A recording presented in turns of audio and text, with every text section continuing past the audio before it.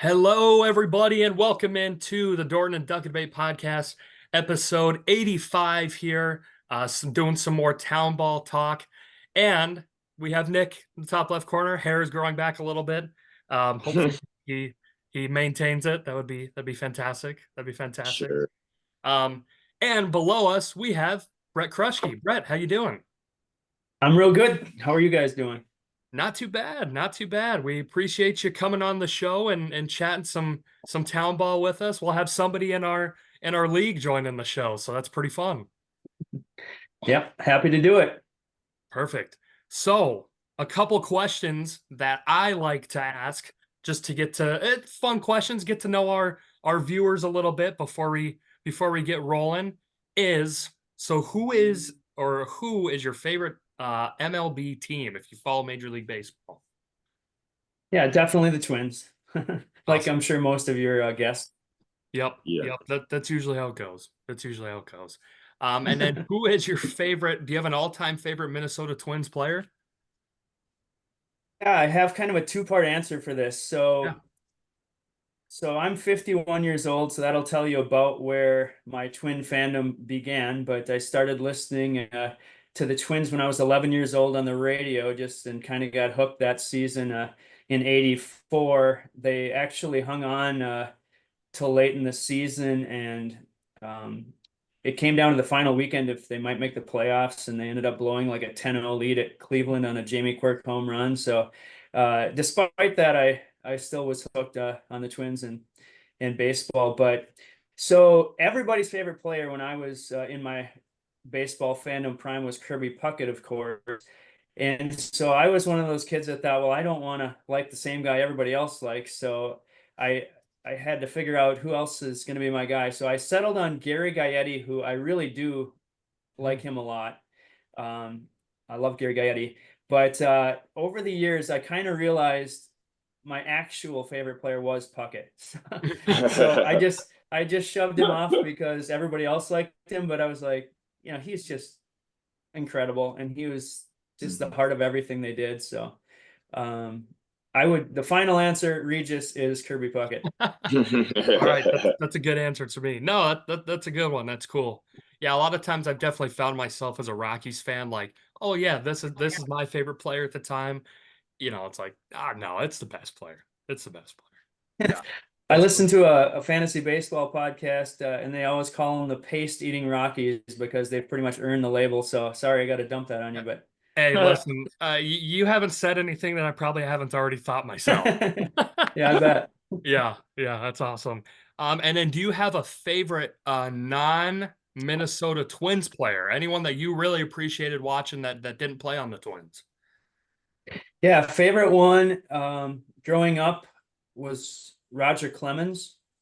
I was a pitcher in Little League and fell off quickly as I went up the ranks, but Clemens was my guy. I remember at some point having like his starting lineup figurine in the dugout or something like that. But yeah, love Clemens. I think it's a joke that he's not in the Hall of Fame, but him and a good handful of other players that should be Hall of Famers. But Right. and then if I may answer one other, my Please. favorite player I never saw, Ted Williams, Ah, and not to necessarily go with a pair of Red Sox, but he is just so good and such a cool guy, great American. yep. Um, I was just actually because I watched a few or a little bit of your shows here leading in to kind of prepare here, and I knew this question was coming. So looking at Ted Williams' numbers, he lost almost 5 full seasons to serving in the military, which his stats are already bonkers, and he lost at his age 24, 25, 26 seasons. I mean, Right, the just prime there. just Yeah. yeah. So I believe the only major league Hall of Famer to serve in multiple wars. Interesting. So pretty incredible. Yeah, that's I have, awesome. a, I have a buddy who's a big Red Sox fan, so he'd appreciate that. Oh yeah. Yeah. Yeah, you could talk about Ted Williams all day. He is He just he actually an all talked about Ted Williams today. yeah. You Awesome. No, that's cool. I appreciate that. I'm gonna have to add that one in. Favorite player you never watched. That's a good one. That's a good one. I Yeah. like that. I'm stealing it. Good I'll man. I'll give you props for it. I'll give you props for Yeah, it. do it. Yes, awesome, sweet. Well, that's awesome. Like I said, I kind of like learning about everyone's kind of baseball past, and it's a lot of Twins players, but we haven't gotten all the same ones coming on the show. So it's been cool to hear what people who they appreciate. So that's pretty sweet. That's pretty sweet. Yeah, is Puckett the runaway leader? I don't know if we've gotten a Puckett yet. I don't know if we've gotten a Oh, Puckett. wow. I know we've gotten Maybe we've got a everybody did what couple. I originally did. Yeah, Just went yeah. another direction, huh? Yeah, yeah. We've gotten a couple Mowers, I know. Gosh, I'm drawing a blank on some other guys that we've got, but yeah, Yeah, I guess, yeah, it depends depends what on age the they are age too. range. Yeah. Yeah, absolutely. Absolutely. Perfect. Well, we'll hop right into it here. I'm hoping to cover a variety of topics, talking a little bit about your personal town ball playing days and managing and diving into some state tournament talk too. I think that'd be pretty fun. So let's dive into Yeah, it. sounds good. Awesome. So, um, talk to me a little bit about your playing career in town ball. It looks like kind of right out of high school, you joined the squad and got right into it a little bit. So tell me a little about your initial playing days in town ball and kind of what you remember right away.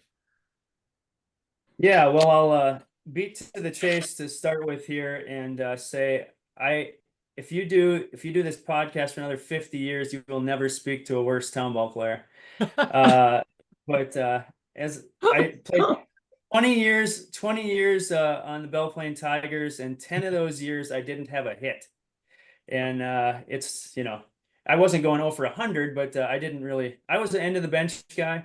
But all that, start with that. But I loved the town ball experience just the same. I think it's just a incredible opportunity we have here in Minnesota to be able to do it. Like, it's on such a level here that I don't think is comparable anywhere in the country. And then especially where we are, Arlington, Belle Plaine, Jordan, our region, just incredible ballparks that we get to play on. So, Mhm. but yeah, just interject anytime because I have a tendency to ramble. Oh, But yeah, go ahead. yeah, so I graduated Belle Plaine High School in 1991, and wasn't exactly set on playing town ball, but I know the manager, Brent Meyer, who actually just was named to the Hall of Fame here as a posthumous induction. He died several years back, but he came and asked us high school seniors if we wanted to play town ball, and we kind of looked at each other and said sure. And I think there was 5 of us total from the class of 91 that joined the team, and we walked in and right at the perfect time. Um, uh, Basically, well, Belle Plaine ended up taking second in 1991 in Class C. Um, and I don't know how much I want to go off and ramble on things, but the kind of a funny background of this, at least is involving myself, is that we also played softball, Hmm. and 7 of us got kicked off our high school baseball team as seniors for playing town league softball. Really?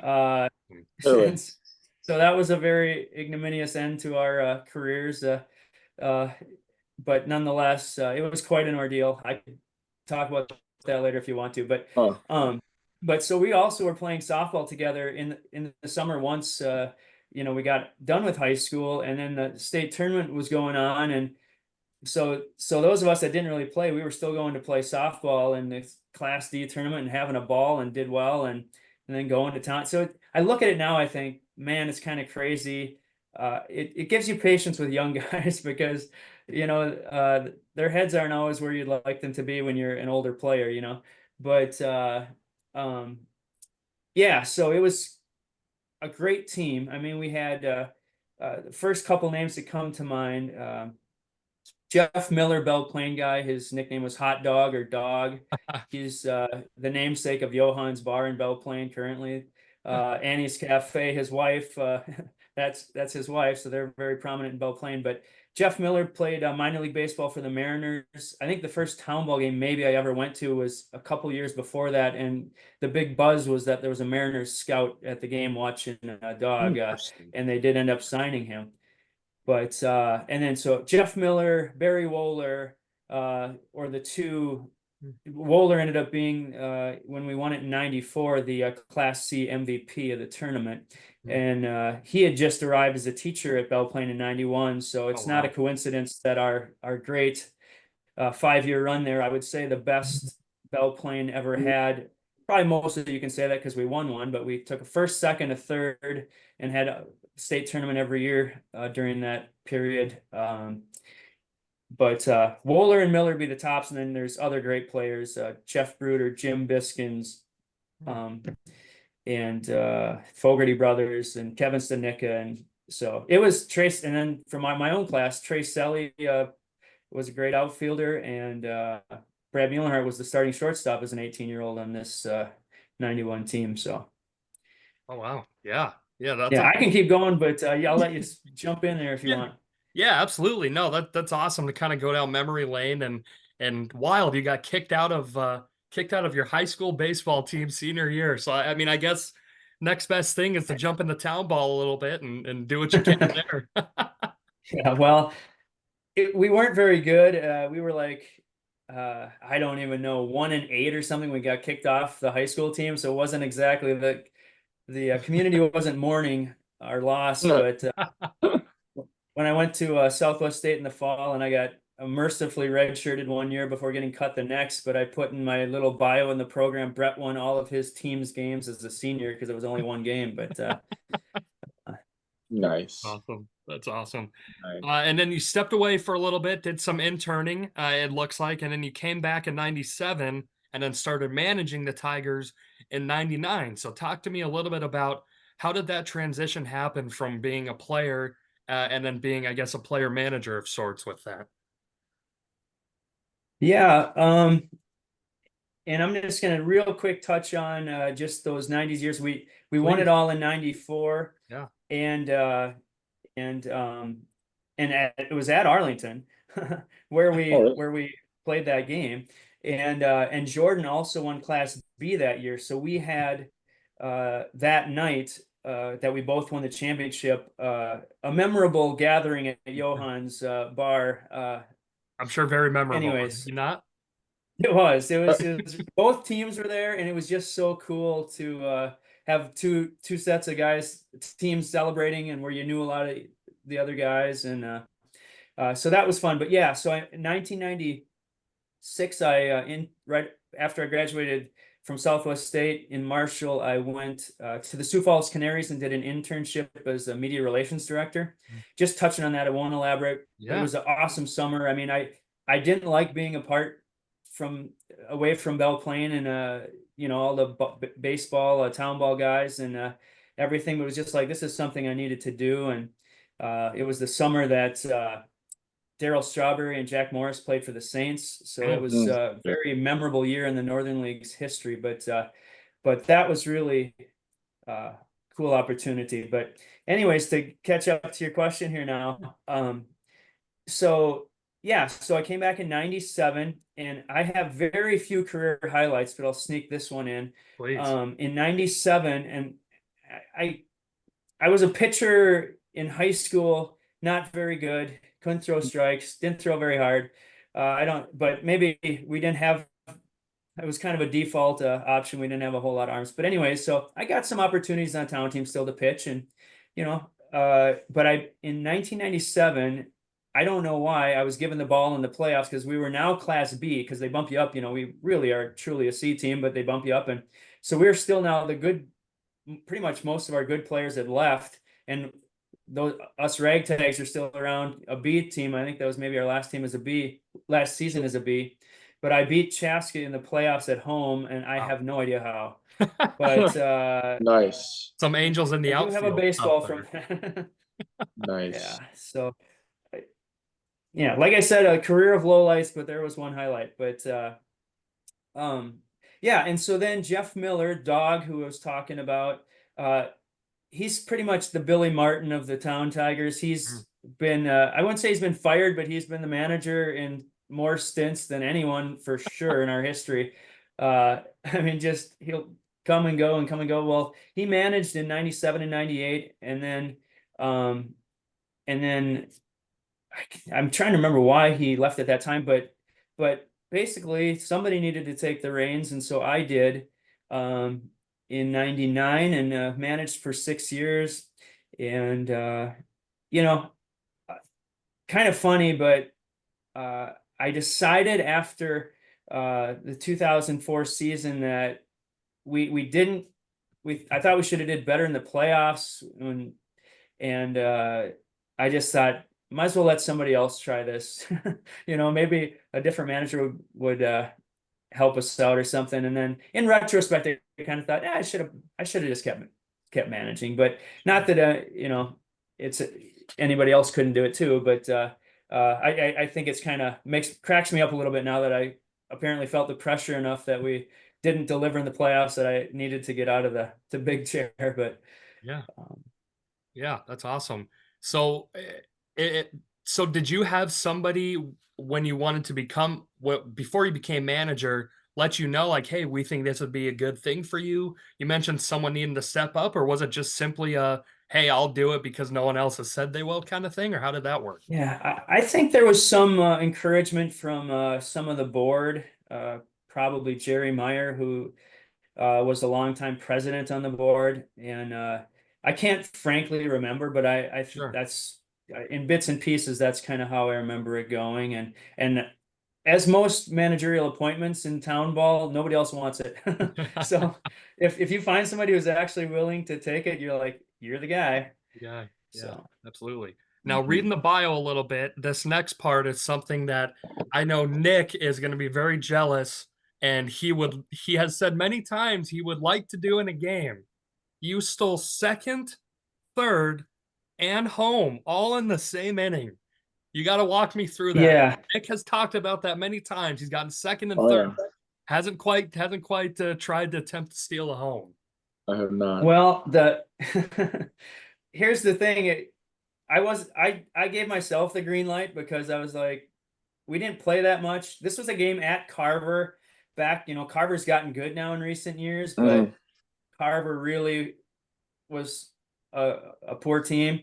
And so this was like one of those rare games I got to play. And so when I went in, I'm like, you know, I'm I'm like, I'm gonna do something. It wasn't a close game either. So it wasn't like it wasn't really helping the team. It was very selfish, I must admit. Yeah. I just was like, and I stole home on my own. And I remember the batter was Kevin Stednick, and he said, Kruschke, you're lucky I saw you coming, or I'd have killed you with my swing. But yeah, so that was just one of those things I just decided to do. Not really very impressive, kind of a sad, selfish attainment in my 20s, but after 20 years, I guess that's about all I got to tell you. Hey, I think it's impressive nonetheless. Absolutely. Thanks. I don't think I'll have any stolen bases in my career. So you had 3 in 1 inning. That's pretty impressive. That's pretty impressive. You got to have a good jump. I mean, I'm not telling you as an expert base stealer, but I'm thinking of a guy I referenced earlier, Brad Muhlenhart. He was not a fast guy, but he would always get the running Fred Flintstone start and be about a third of the way there before the pitch. He would just kind of guess right most of the time, and if you get that right, you got it easy. Yeah, that's true. That's awesome. Um, so diving into it a little bit more, your last town ball season as a player was 2011. So walk me through a little bit about your decision process to hang up the spikes of sorts and kind of step into the next phase. Yeah, pretty simple. I think it's just one of those things where at that point I think it would have been 37 or 38 years old, and you just kind of feel like in some sense you could do it for a couple more decades because it's so easy to do. And I know Arlington maybe still has a former Belle Plaine man who is my age or older. You Anthony bet. O'Day, is that correct? Is he still? You bet he Oh, is. yeah. That's awesome. See, I could have gone the O'Day route and just kept doing it, but I think part of the two-part thought was, one, there's just more players coming. I've been doing this a long time. Let somebody else have a uniform. But maybe the key thing was we also have a 35 and over team in Belle Plaine, and so it was like it's kind of fun to be a young guy in a new league. You're like, I'm maybe not very good, but if I'm playing against 40 and 50-year-olds, I'm going to have a leg up Yeah. here for a while. So, Yeah. get to run around in the outfield anyways. It's just pretty much all I do. But so that was kind of the two-part consideration there. Yeah. I know that's I'm sure probably wasn't the easiest of decisions for you with kind of how much time you had dedicated to being a player or manager going into it, but it sounds like you have peace with that, which is what's important at the end of the day. Yep. Perfect. Um, so then it looks like you do quite a bit of social media, quite a bit of website stuff. Kind of highlighting here some of the Minnesota Baseball Association stuff that you do that. So kind of talk me through some of the stuff that you have done and do for them with that. Yeah. So I'll start with when I was growing up. So Jerry Meyer, who I referenced earlier, nicknamed Mize, went into the NBA Hall of Fame 1997. Just super influential in Belle Plaine baseball. You know, I don't even know where to begin, but he's a well-deserving Hall of Famer. And even though I believe he's now 84, 85 years old, but he's still involved, even though he's been off the board for like a decade now. He still sends emails and he's keeping track of stuff better than most of our board members probably, and that's not a slight at our board members. Mize is just super plugged in. But he would always write the weekly newspaper article for the Belle Plaine Herald, and his articles are fun to read. He was a true Tiger fan, definitely biased toward the Tigers, but that was part of the charm. But he just had his own style of writing that was so enjoyable. So I would always enjoy reading the weekly paper and see the summary and what he have to say about that. And then when he finished his time writing the articles, I started writing for the Herald. No major accomplishment. Basically, most small town newspapers will print anything you send them, and I will say that there wasn't a lot of editing, so I kind of got away with some things when I felt like it, but just for my own entertainment. But I did that for a long time. I can't remember exactly when it started, but mid 90s somewhere. And did that up until a few years ago when the Herald went out of business. Shockingly, they were like the longest running family-owned newspaper in Minnesota. But of course, many small town newspapers have gone the way of the dinosaur here, sadly. So just a fact of the way the internet has changed the whole game. But so with that, basically in sync for most of those years, I was publishing to our website, bptigertown.com. Basically, a former player, Nick Cornder, is our webmaster, and him and I have been kind of partners in crime on that for a couple decades.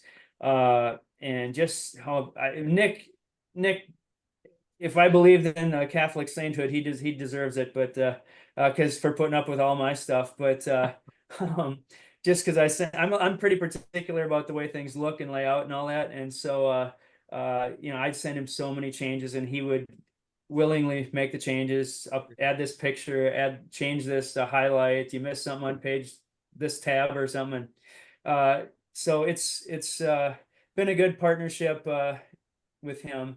But yeah, and then the social media, when that took off, I'd say Belle Plaine was an early adopter just because I was. And of course, I mean, NBA, it's hard to remember now, and I don't remember it perfectly, but it took a while. It took several years for Twitter to really take off, but what a great outlet it is for Townball. I mean, it's just such an awesome tool to follow across, either your league or across the state and everything. So it's, you can share as much information as you want to on Twitter, as sometimes too much, I suppose. That's basically the reason I have Twitter, is just to follow town team stuff. Oh yeah. Yeah, that's legit. And so I've done the Belle Plaine Tigers account. I've long run the River Valley League. There are some other folks with access to it that kick out some things, but I've done that vast majority. A lot of it's retweeting. You're not posting like River Valley League new content necessarily. It's hey, all these teams are sending their scores. Somebody's got to kind of kick that back out to, and then Belle Plaine Jordan, we started in 2014. We had a Twitter account for then, so it's kind of cool now. 10 years ago, I can look back and just retweet some of the stuff, and I'll probably start doing more of that here soon as we head toward the tournament.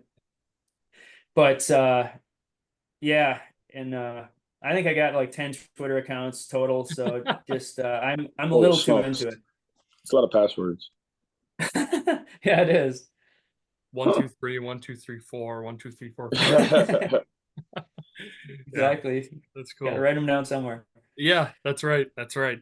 And then talk to me a little bit about first off, the board stuff that you do for Belle Plaine. It looks like kind of started on in '98 with that and have been there ever since. So how did that come about? And how has your role shifted on the board from where you first started to kind of where you're at now with that? Yeah, I don't know if it's shifted a ton. I feel like I've kind of been doing most of the same things for most of my time on the board, but I'm in the press box, so I do a good share of games on public address and have for quite a while. And basically, I schedule out the press box, whether so if I'm not doing PA, making sure we got somebody else to do it, and then scoreboard kids. That's generally, for us at least, maybe not every team, but our average scoreboard operator has probably been 15, 16, 17 over the years. That just they have interest at that point. It's cool to them. They do it for a few years and then they kind of age out of it. They kind of think, I got better things to do, Yeah. and then you've got to find somebody new to replace. So press box duties, I would say, at risk of getting needled by other board members, but basically I've chaired our Tiger Town Classic tournament, which we've done now for 25 years.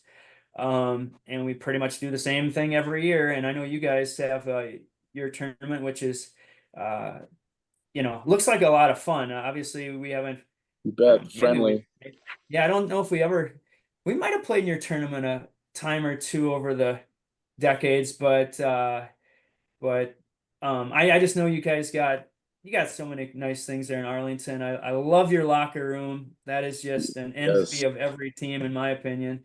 And I'm almost glad we didn't have a party shed because that might have been trouble. But you got that, and then I just know you do some fun things there with your tournament, and where I'd say we're more straight laced for better or worse, just because I just think, okay, example, we have never had a third place game in our tournament, and in a way, yes, I would like to have that, but we play 2 games Friday night, 5 Saturday, 3 Sunday.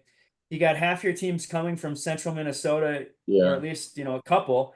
They don't really want to wrap up on a Sunday night at 7 o'clock after a long weekend away, Right. and then if you get rain and then it pushes back. And so we just kind of decided, early on, it's like, this isn't the state tournament here. This is just a midsummer tournament. So we're going to scrub the third place game just for the sake of getting people home sooner. You guys And one won your less game for tournament us this to year, do, didn't too. you? Pardon me. Yeah, we did. We won our tournament for the first time in 25 years. All right. I think we only one other time even made the championship, which is almost how is that possible? I mean, you would think we would just would have lucked our way into it a few times over that, but it was kind of a long running joke, like, how, are we going to make it to Sunday? Probably not, just because we never did. But finally, it happened. I mean, They you broke got through some this good year. teams in that tournament always, though. So Yeah, but I would still say, take away not winning it, just to make it once in 20 or twice in 25 years to the championship game is probably the greater statistical impossibility. But it did happen, or didn't happen. Well, congratulations to you nonetheless. Yeah, thanks. Yeah, we're doing the monkeys off the back for now. We can get another. That's Hopefully right. it's next year. That's right. There you go. There you go. That's the goal. That's the goal. 2 years in a row now. Got to start a streak here. So now you're on the board for the state tournament this year. I obviously see you repping the shirt that you got on and the plaque behind you on the wall. That's right. There. We got the powder blues here. That's what we decided to go with for at least a primary color. And so Sure. it's not long away, 5 weeks and a few days, and the madness will officially be here. Yeah, this is so last year. So this is my 4th year being on Arlington and being a part of Townball. Like I'm sure you saw in the other podcasts, like nothing like this in Colorado at all. So this has been pretty special and amazing for me for sure. Last year though was the first year that I like dove into the state tournament side of it all and like really took that in, and like, man, my appreciation for baseball in Mhm. Townball just grew so much through that. Like Arlington wasn't even playing in it, obviously, but um, I don't know. I don't know how to describe it. It was just such an awesome feel, for me at least. So on your side of Mhm. things, though, being selected to get on the board, how did that process work for that? For me to join the state tournament board. Yeah, yeah.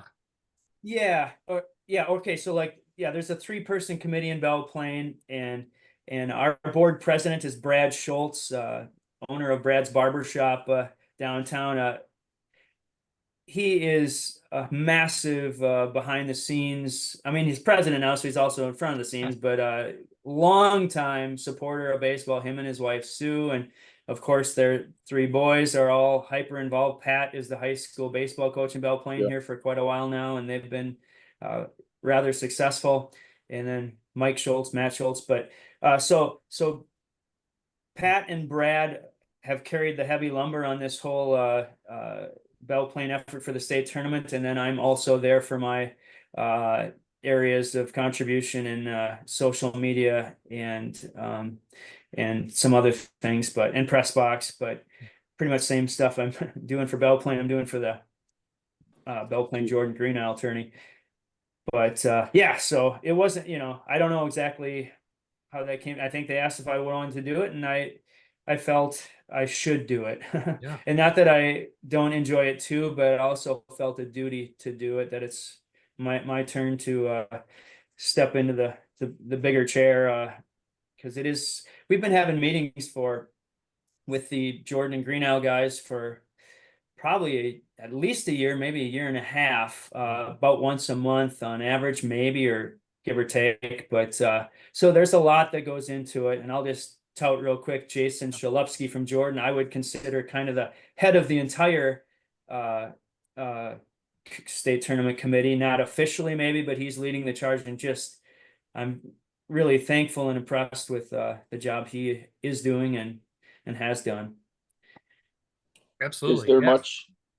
I mean, I don't know how much you're involved with this, but like, is there much you've done differently to the park and the surrounding to prepare for the state tournament, or no? Yeah, that's a great question. And I may miss a few things, but and that is the genius of the MDA state board. They're getting everybody to raise the bar as years go on. It's just Yeah. like it's basically an understanding that, okay, if you're going to have the tournament, you're going to do a few things to improve your park. And as the years go on, I mean, these parks are not far behind, and I think some are definitely better than or as good as minor league baseball parks. I have no question Would about that. agree. Oh, there's Uh, some gorgeous town team fields, man. Like yeah, Dassel comes to mind. They've had state a couple times the last how many years? That park yeah, is immaculate. it is. Dassel does a great job, and they mow the outfield like no. I mean, there's no minor league teams keeping up with that. I mean, Yeah. they that's unbelievable. But yeah, last year was a great 3 very worthy state tournament hosts. To Litchfield, Dassel, Delano. They earned it. They deserve to have the 100th. I mean, we went for it too, so we wanted it, but we tip our cap to them absolutely. But yeah, so improvements at Belle Plaine Park just in the last few years. Uh, so we redid our infield, and I don't know the guy's name, but basically Pat Schultz find a guy that used to do uh, field work for the Dodgers in their system, and Oh, and wow. um and he so that's those aren't cheap projects to redo an infield. I don't know exactly. It's probably 30 plus $1,000. I mean, that's a lot of hot dogs you got to sell, to pay for a smooth infield. But we've done it before in the past, and so we just did it. I think the year before, and the bullpen mounds. This was kind of a long running. Hey, when are we going to change that? But they were always in play down the lines, and now they're put outside. That was just done in the last couple months. Hmm. We got a new, some of these things you might say, oh, whoop-de-doo, but We got a new sign in the back of the grandstand that just kind of to update that needed a new look, and we got that done and are very happy with that. And just signage in the ballpark. Just one thing, for example, that we decided to do through a local company called Sign Ranch. So we had them paint a sign behind home plate. We decided in probably the last 15-ish years, we thought we should put a tiger logo or something there just to kind of give a little look to the grandstand. And we had a high school kid paint one, and it definitely served its purpose for a while. But this time we decided to put a Belle Plaine Town Team logo on one side of a sign, and on the other side the Belle Plaine High School logo. So depending what season is, we just flipped that. Oh, nice. And nice. you know, it just adds a little something. But there certainly is more things. That's just what comes off the top of my head for this particular tourney. Yeah, so that's a good segue into the next. We have a few fan questions that did submit questions for you, Brett. So you should be I on. saw We don't that. get this too often. Two of them coming from Alex Reichenbach, so who's on the show before, our head coach in Arlington. Living legend. That's right. That's right. He would love to hear that. He'd love to hear that. The first one We'll that cut we that have. out. We'll cut that out. He doesn't need to hear that. Yeah, post production. Yeah. So the first question that he had for you, talking about state, is what have you learned about hosting state that you wish you knew ahead of time? And I did see that one on Twitter, and even knowing the question was coming, I didn't come up with a whole lot on that. But tell me it one more time, just so I get it proper Yeah, attention absolutely. here. Yep. So the question was, what have you learned about hosting state that you wish you knew ahead of time? Yeah, I guess my thought is, okay, this is the third state tournament I've been a board member for, 2004, 2014, and now 2024. So truthfully, my memory's bad enough that I can't really recall. I had said most of that learning was probably done after the first one, and I can't really necessarily recall to say, but my long standing mantra, if you will, on state tournaments is once every 10 years is enough. And I mean, you know, that's my take, just because it's such an huge undertaking. And I also feel, this may sound convenient, but I like it when it's spread around more. I want other communities to have the state tournament experience, because it's so good for their organizations. You know, it's such a you get how many, 15,000 to maybe 20,000 visitors between all the parks over 3 weekends is incredible. And it's a chance for stature to raise at these other parks too. And so I think, it seems like in recent years, maybe the state board a little bit more is, maybe it was for the 100th, or tighten it up. They're like, hey, we've been here to some of these parks in recent years, but this is where we want it to be for the 100th. That's totally fair. But yeah, so that's kind of my twofold thought on that. Is just, I'm fine every 10 years doing it is frequently enough, if we keep getting it, not to take it for granted that we would, but when we always would determine, like, do we want to go for this tournament, I would just say, yeah, let's just keep a nice round number going here. But yeah. So in 2034, Belle Plaine's hosting it again, if we're keeping up with the 4 trend. Not breaking any news here on that. I don't know anything, but I would imagine in that time frame we'll probably try, bid for it and see how the state board thinks about it. Absolutely. Next question I have here is from Zach Zaboy, who was on the podcast last week, all the way up in Winona, with the question. So his was, running such a huge state tournament must cost a lot of money. So I guess it's a twofold question. How does Min Baseball and state host sites handle costs of operations? And then the second part of the question is, sponsors are always a thing as well. How does the association and host sites look for those? Yeah, so I'll say there's better people to answer this question than me, but I'll answer at least the basics as I understand it. But the primary fundraiser for the different host towns is the program advertisements. That is by by and large, unquestionably, where most of the money that teams will make during the tournament. But I will just add in there with that thought that, and I'm sure it's the same for other communities, but I know we give away a lot of what we bring in too to the volunteer organizations that help you out over those 3 weekends and different spots in the community, but you definitely do come away with some money to support your organization, which is great, but we give away a good chunk too. So stay, I would tell everybody, not just because we're having the tournament this year, buy a program. It's only $5, and which is really reasonable. I think we take and this has been the case for many years, but I think the makers of the programs actually take a loss on the programs, but it's just like it costs more than $5 to make it, but we want people to have one in their hand, and we want to also make sure that the advertisers that are supporting us really get exposure because they're crucial. Just like any small town knows, you got that faithful bunch of businesses that just year after year support you. And so I'd say the same thing for us. And then as far as how the state does it, I don't know the finer points, but basically they have their certain compartments where they pay for some things, and then the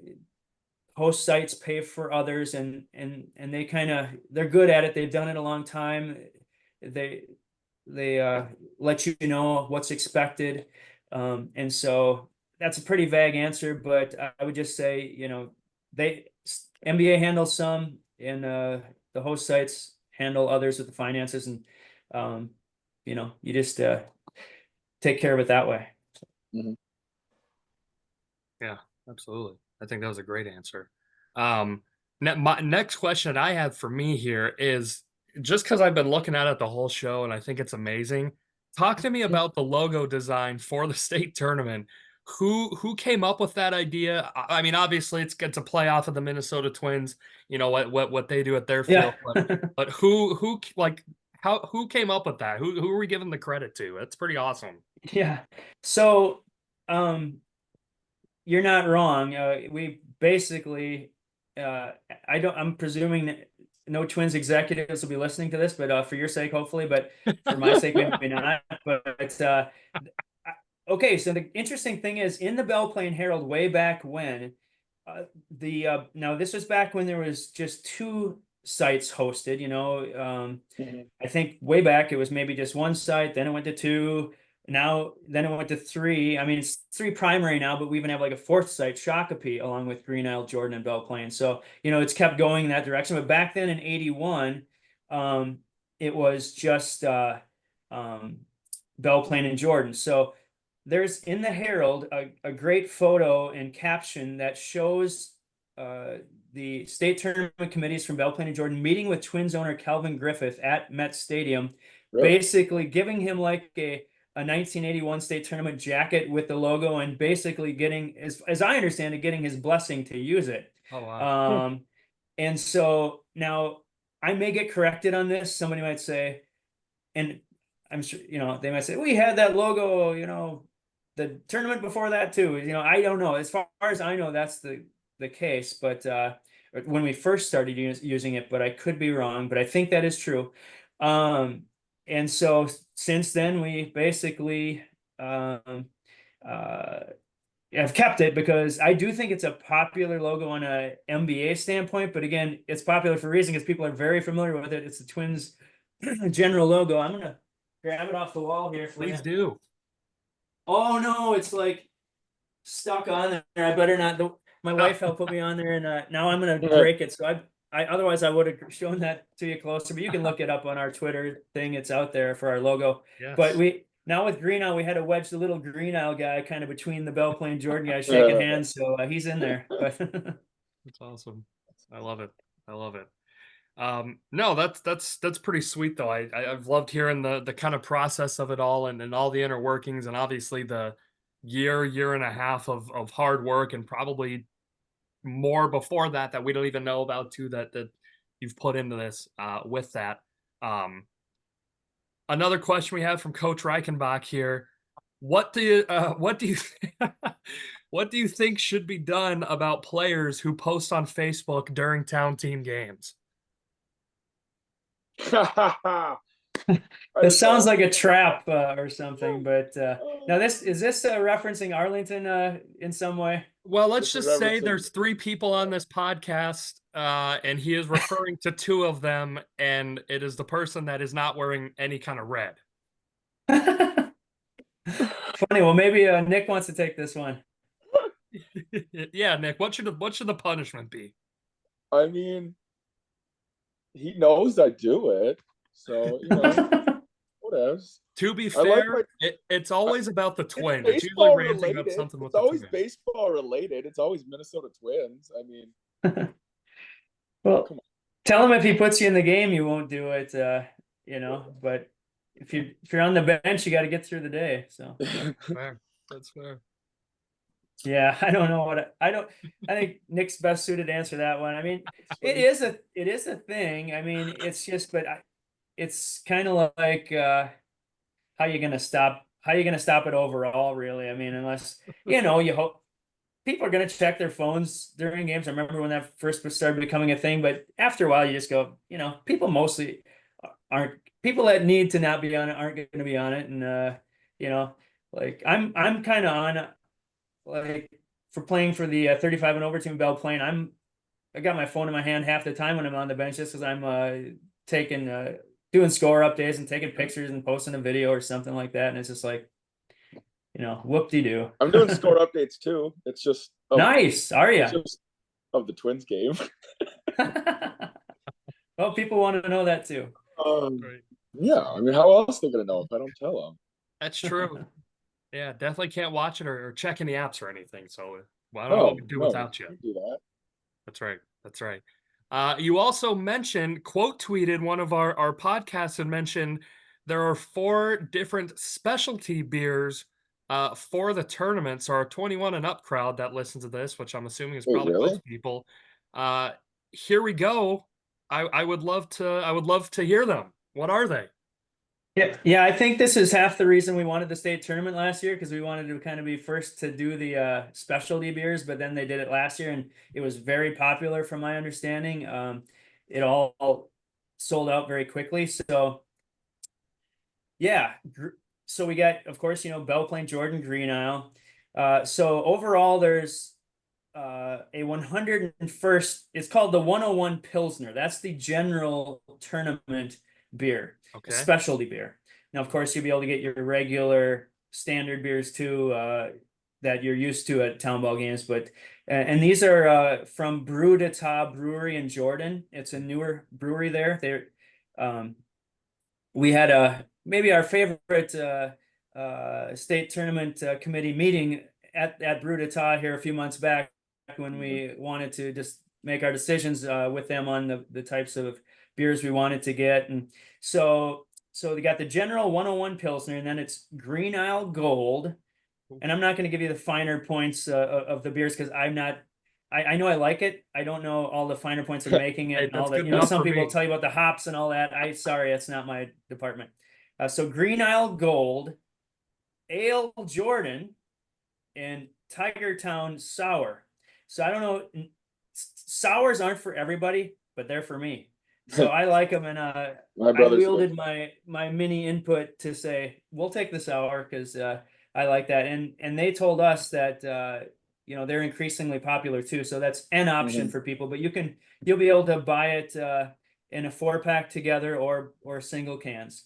And I would say if you're into it, get them quick, because there'll be a limited amount, and when it's gone, it's probably gone. I mean, we'll see exactly how that unfolds, but I love that. I gotta I I 1000% wasn't even will aware be of getting those. one of the 4 packs I don't even think just not even to drink it, just to keep right. keepsake I'll there. probably save the cans. Yes, Empty cans. absolutely. So I guess so you mentioned you were going to debut it last year in the 100th. Had you heard of inklings about this, or how did that idea come to be? Because I love that. That's an amazing idea. Yeah, I can't, I don't know exactly. I think if you talk to Jason Shalupski from Jordan, he might tell you that it was his idea. No, I can't say that for sure, but I'm sure other people have thought about it too. But I agree with you. It's just a cool thing Yeah. to do because craft beers are just they've exploded, really across the country. But Minnesota, all these craft breweries and so many places making good stuff. And if you like beer, it's nice to kind of have some kind of unique options, I Yeah, guess. absolutely. Green Isle Gold, Ale Jordan, Belle Plaine Sour, Tiger Town sour. Tiger Town Sour. Okay. 2 for 3. 2 for 3. Hey, be pretty good. I'm impressed. No, that's sweet. I think that's an amazing. Well, I can't wait to try those responsibly, of course, responsibly. Sure. Once I'm there at the fields, when they happen. But no, that's amazing. Awesome, sweet, cool, Brett. Well, we've talked about a number of different topics. Is there anything Townball related, state tournament related, maybe anything that we missed or we didn't touch on that you would like to chat about a little bit? And certainly whatever. I can talk about whatever. Yeah, I mean, I could go in 1,000 directions, and I don't know if I will, but the first thought that comes to mind for me is now that we've been in this prep mode for the tourney,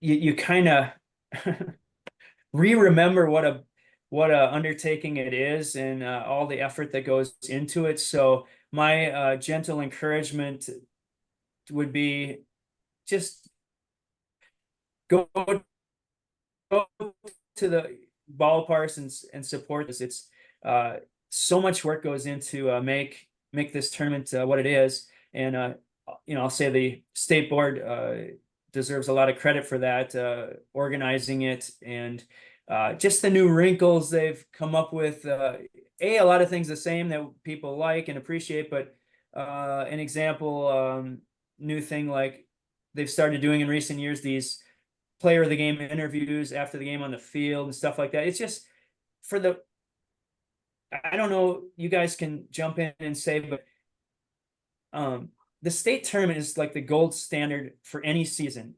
Okay, some teams, yes, they make it every year. The Jordan Brewers aren't exactly popping champagne when they make another state tournament appearance, okay?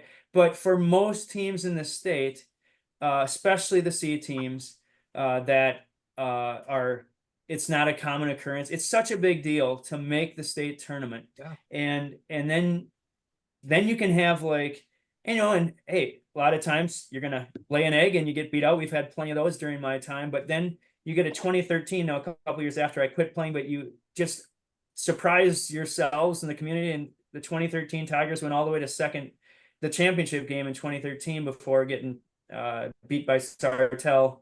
But that was so fun because you didn't expect it. Yeah, 2013, I think. Like sorry, Nick. No, go ahead, Nick. 2013, I'm pretty sure Belle Plaine, Jordan, and St. Peter were all in like the final 8 or final 4 that year. Could you? Boy, I'll defer to you. I was probably too caught up in what I think. Don't quote me on that, but I'm pretty sure the RVL had 3 of the final 8 or 3 of the final 4 that year. Yeah, it was a good year for the RVL. Yeah, and then like when I was managing, we went 1 and out, but it was a very good 1 and out. We played at Meesville, I think in 2001, just one of the best parks. I mean, you feel like you're walking on carpet when you're in that outfield, and they're amazing too. Meesville. We played a 14 inning game and lost to Sox Center, and I played right field I got hit for, which was a good idea, but I played right field the whole game, and then I coached third. So I was like basically standing for the entire game between coaching third and in right field. Not that it's about me, but it was just such a great, beautiful park, beautiful day, classic game. Sox Center's Rob Mettenberg, who now manages Freeport, and they came to our tournament this year, and I just sat down with him and talked for like a half an hour. And but he threw like 11 2/3 in that game for Sauk Center. And our guy, John Schaffler, who was a draftee from Lesueur, threw 13 1/3. Holy smokes. So they went head to head. And it was just, Wow. even though we lost it, it was like just a great memory. So that's what a state tournament can do. And it provides that chance for such games and such memories. And so we're looking forward to it big time. It's really, you're at the ballpark straight for 3 weekends. Like, I know we're hosting 24 games over 3 weekends, which is a few less than it used to be because they dispersed a little bit more now. But so even though that's really busy, once it gets here, then it's kind of all the prep and the hard stuff is kind of in the rearview mirror now. It's just the fun part. Let's see what happens in these games. And it's so awesome. I remember in 2014 we had like Luxembourg played at our park, and I don't know what the story was. Really small town, central Minnesota. They had a ton of fans, and they took like one big photo of all their fans. And I mean, I don't know if anybody in the town wasn't there. I'm sure there wasn't, but that's the way legends grow, right? Population in Luxembourg. Right. So just stuff like that, and just great ball games. It's going to be here soon, and we're really looking forward to having another tournament in Belle Plaine. So if you were to get someone to watch Townball for the first time, or to explain it to someone that thinks it's like a Sunday beer league softball game, right? What wording would you use to get someone on board? I guess what would be your elevator pitch to some degree? Yeah. Well, what I might say to a person like that is you don't necessarily have to know a ton about baseball to enjoy a day at the ballpark. I mean, you can have good food, good drink. You can have just conversation. Baseball is the greatest game for many reasons, but one of them is the way you can just kind of interact with someone you're sitting next to through a game and still basically catch the game. So it's a social experience. And but if you want to sell the quality of play side, that's easy to do, because I think there must be more college players now than ever in Townball. And it seems like there's always stories about this guy played minor league ball somewhere, or somebody did, like a Brody Rodney for Gaylord, okay, he's property of this team, but guess what? He's back for this season, and now we're a state tournament factor. I mean, that's just cool. People love that, and it's fun to see how those things unfold. So, yeah, I mean, that's the short sell, I'd say, for the two sides of that coin. Absolutely. I think, well, I mean, I already love baseball, but if I didn't, you sold me. You sold me. Yeah, good. Yeah, that's great. That's great.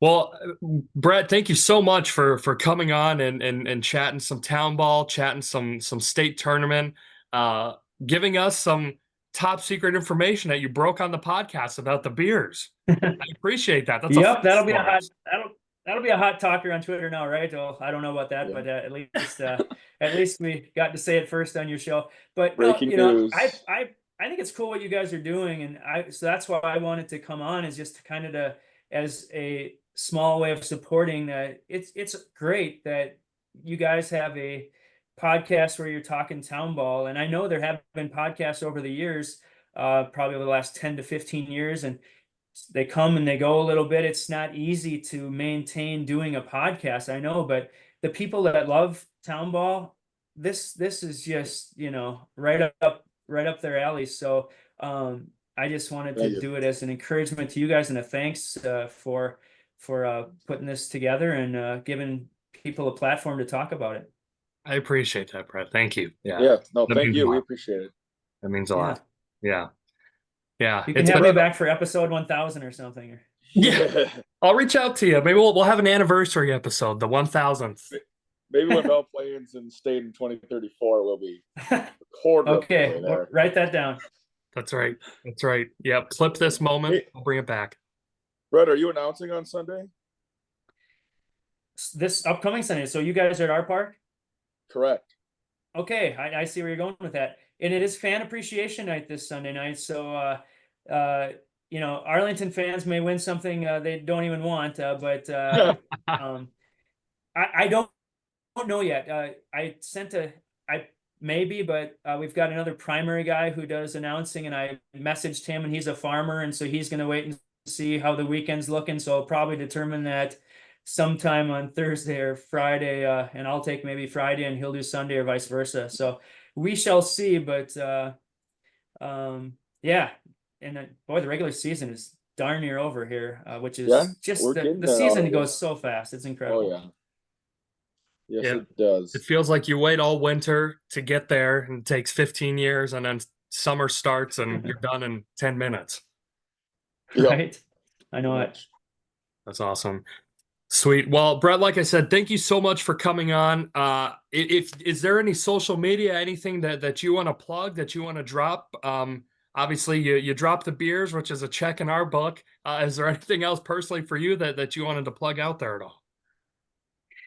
I'll just say, because through your Twitter account, the longest tag in Twitter, Dorton and Doetkott debate, or Doetkott, or I can't, how do you say it? I don't know. Duck But no, Doetkott. Okay, now I got it. See, but no, through your Twitter account, my handle's out there. So if anybody really wants to go and get worked up, they can check that out. But I'll leave it at that. I would say please follow the Belle Plaine Jordan Green Isle Twitter account. Now we're also on Facebook. That's just I'm looking now so I don't misquote it. It's I'll go do it right Facebook. now. Yeah, Mr. Facebook is going to check it out here. Yeah. So tell Reiki to leave you alone here for 20 seconds. Yeah, it's facebook.com/bpjordan2014. That was our original one, and I looked at changing it, and it was kind of a jumping through hoops. So I'm just like, we'll just keep it the same. But then the Twitter one, I 90% know, but I'm just gonna tell you so I don't get it wrong here. BPJor, there it is. Okay, Twitter is BPJGI2024. So we want to go, yeah, thanks a lot. Perfect. We want to go something short rather than Dorton and Doetkott, but just kidding. A lot of long names for the both of us. That's awesome. Sweet. Well, thank you again. I appreciate it so much for you coming on and chatting a lot. It's always cool. Everyone has a little bit different stories, from their baseball career and their Townball career. So it's been an absolute pleasure for us. And for me too, who didn't grow up in this, to kind of learn the history of it all and where people come from. So that has been great. And all that. So thank you very much. Yeah. If I'm at the ballpark Sunday, I will try to track you guys down and say hello. But and hope to see you too at the state tournament. Yes. Hopefully the A's make a run here, but even if not, hope to see you at the yard. I will be there regardless. Awesome. All right. Well, as for myself, Nick, and Brett, that is all for episode 85. And until next time, we are out.